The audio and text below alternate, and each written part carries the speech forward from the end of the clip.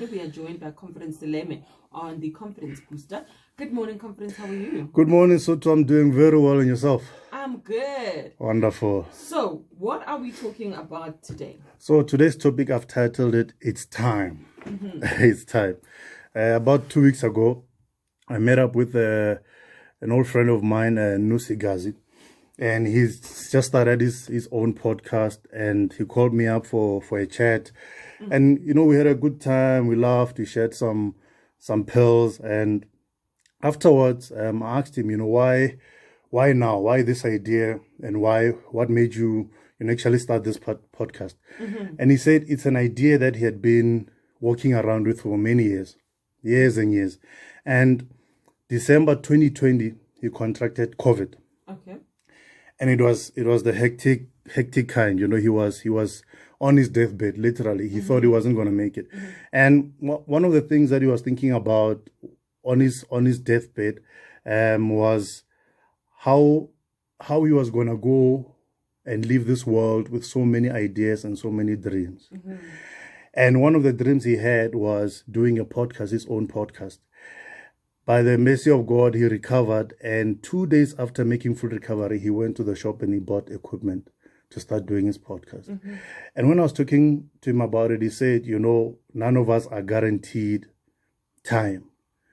We may think we have forever, but, the reality and what this pandemic is also showing us is that we don't really have forever to accomplish what we created to accomplish.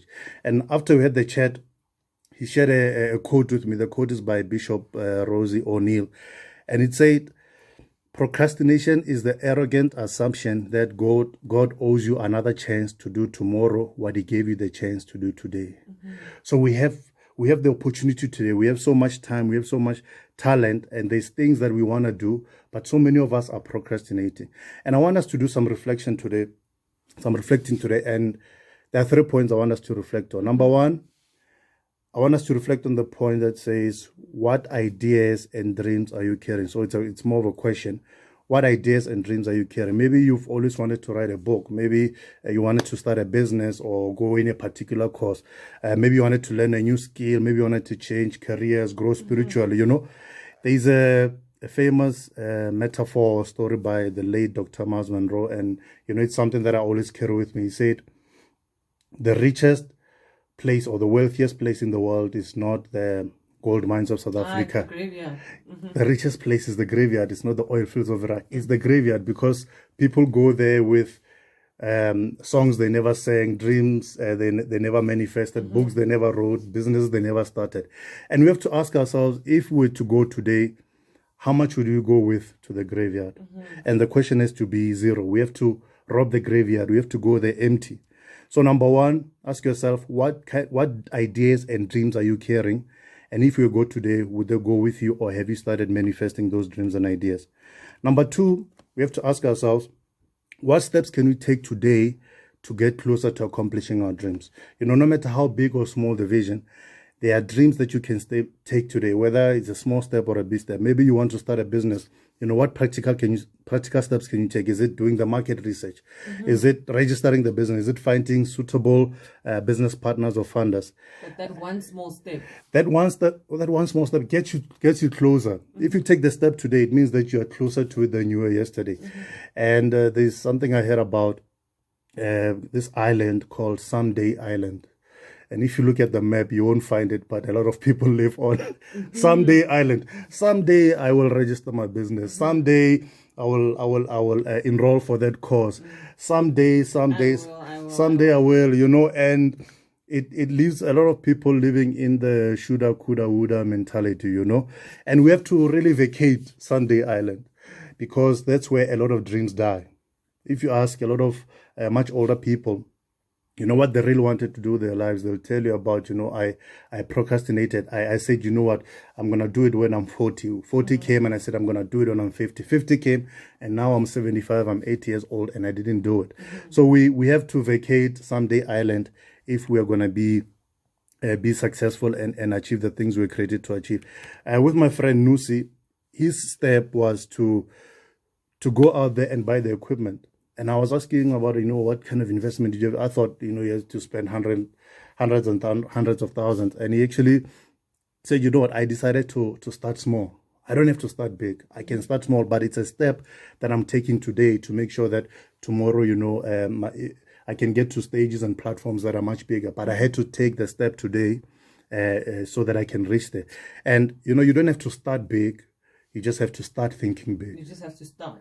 You just have to start, exactly. And a lot of people don't start because they think, you know, I need to have, you know, everything sorted out. I need to know everything about the industry. I need to know this. I need to have this figured out. And the truth is, you don't really need to have everything figured out. There's a quote I like by Martin Luther King. He said, faith is taking the first step even when you don't see the entire staircase. A lot of people want to see the entire staircase. They want to know, when I get to step number 25, this is what's going to happen. It's going to pan out like this. And the reality is that it doesn't happen like that. You just need to take that first step. And once you take the first step, you'll see the next step. You'll see the next step. And also, if you were to see the whole journey, it will take the fun out of it. It will take the magic out of it. So we don't really have to see the entire journey. We just have to take that first step. Point number three that I want us to reflect on is the danger of waiting too long. I've got this handsome nephew, Lewone. He's starting grade R this year. My sister sent me pictures, very cute. And when she was pregnant with him, 9 months came and he wasn't born. It was going into the 10th month, and she went to the doctors, and you know, the environment was becoming toxic. It was becoming too big, and there were some complications. And because of those complications, they had to, you know, do a Caesar, etc. But, you know, thankfully he's all right, and she came out of it all right as well. But what I learned from that is that with our dreams, because we are all pregnant with certain dreams, if you wait too long, it becomes toxic. The dream within you is becoming too big, and you becoming frustrated. A lot of people that are frustrated and angry today are people who have greatness in them, but they never acted on their greatness. So the weight of those dreams are always heavy on them, and they walk around with shoulders low, with a temper, with anger, because they know they were supposed to be at a much further place. They know they were supposed to be doing bigger things with their lives, but because they never acted, they waited too long. Now the dream that used to bring them joy is bringing them frustration. So number three, we have to be careful about waiting too long. I want to end off with the quote, and when he said it really hit me. Procrastination is the arrogant assumption that God owes you another chance to do tomorrow what he gave you the chance to do today. And it's by Bishop Rosie O'Neill. And that's me for today. It's time. All right. Thank you very much, for leaving us with those words. It's time. It is the time now to start that dream, to start that business, start 100%. That book, or whatever it is that you've been meaning to start. Today is the right time to start. 100%. Thank you. Thank you very much.